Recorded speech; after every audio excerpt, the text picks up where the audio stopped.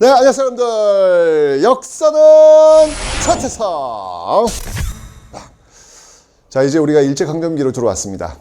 많이 아픈 시기이고 또 상처가 많은 그런 시기도 하죠.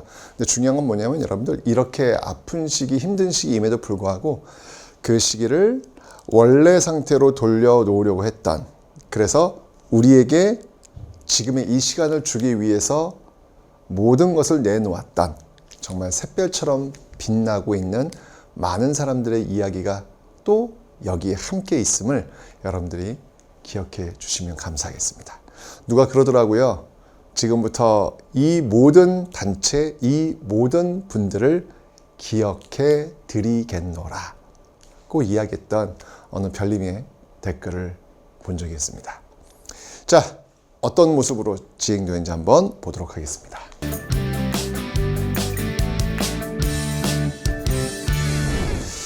자, 여러분들, 일제강점기는 크게, 사실은 일제강점기 파트가 문제에서 한 문제나 두 문제 나와요. 그러니까 일제 식민지 지배 정책에 관련해서 한 문제, 두 문제 나오는데 어렵지가 않아요. 예, 어렵지가 않고요. 그냥 그건 맞추라고 주는 문제입니다. 1910년대, 20년대, 30년대 이후 이렇게 세 시기로 나눠서 국내에서 어떻게 싸웠는지, 국외에서 어떻게 싸웠는지, 그렇게 10년대 패키지, 20년대 패키지, 30년대 이후 패키지, 이렇게 나눠서 여러분들 공부하시면 돼요. 아주 간단해요. 굉장히 이게 정형화되어 있는 그런 어떤 모습이 되겠습니다. 그 이전에 우선 일단 일제 식민지 지배 정책을 여러분들이 공부를 해야 되겠죠. 10년대 지배 정책은 무엇이고, 20년대 지배 정책은 무엇이고, 30년대 이후의 지배 정책은 무엇인지 공부하신 다음에 그 일제 식민지 지배 정책에 맞서 싸웠던 저항들, 10년대, 20년대, 30년대 이후의 저항들을 공부하시면 되는 거예요. 딱 요 틀입니다. 여기서 벗어나질 않아요. 아시죠, 여러분들? 자, 그래서 우선 식민지 지배 정책부터 한번 배워보도록 하겠습니다. 1910년대 식민지 지배 정책. 일단 기본적으로 여러분들 강제로 나라를 빼앗았습니다. 그죠? 빼앗았기 때문에 우리는 이 시기를 무단 통치라고 그래요. 왜냐면 일제가 강제로 빼앗았으니까 찍어 누르는 시기예요. 예, 총칼을 가지고 찍어 누르는 시기. 그것도 그 총칼을 쥔 사람들이 헌병이라는 사실. 예, 그래서 우리는 이 네, 여러분들 그 싸울 무자 있지 않습니까? 그 예, 군인들이 통치하는 형태라는 얘기죠. 무단 통치의 모습을 보이고 있더라. 그래서 여러분, 이 1910년대 무단 통치, 이게 지금 1910년대의 그 모습인데, 이 1910년대 그 무단 통치의 핵심, 그 핵심은 바로 이 헌병이에요. 헌병.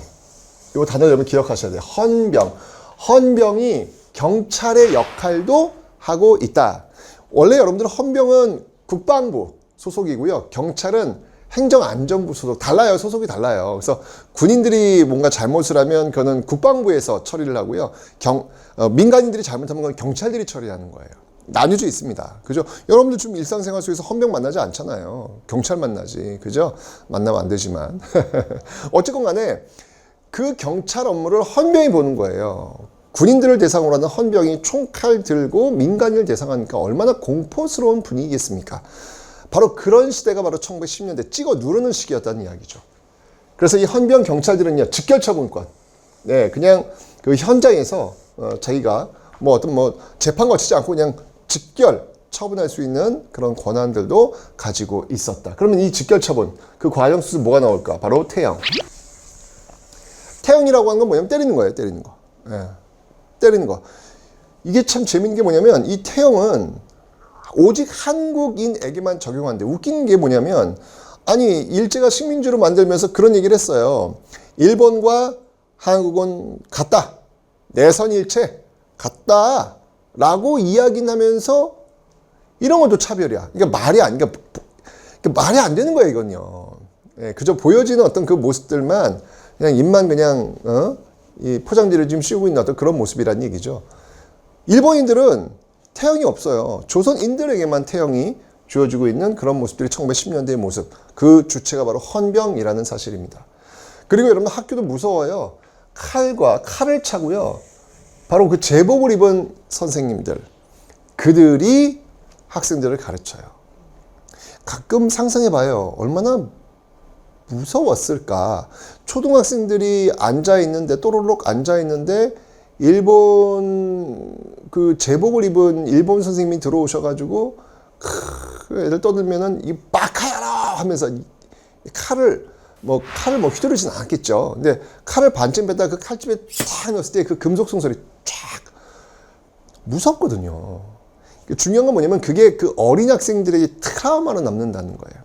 이게 트라우마로 남으면서 어렸을 때부터 아이들은 왠지 모르게 일본인에 대한 두려움을 갖게 된다는 이야기죠. 이게 굉장히 큰 겁니다, 여러분들. 여러분 심리적인 어떤 결박 상태를 어렸을 때부터 만들고 있는 그 모습이 바로 이 1910년대의 모습이다라는 것이죠. 자, 정치적으로 이렇게 공포 정치가 전개되고 있었고요. 경제적인 모습 한번 볼게요. 경제적으로는요. 야, 생각해보세요. 1910년대 지금 식민지 만들었어. 그럼 제일 먼저 뭘 해야 돼? 땅 가져가야지, 뭐 땅. 그죠? 그래서 시행된 게 바로 토지조사 사업이라는 겁니다.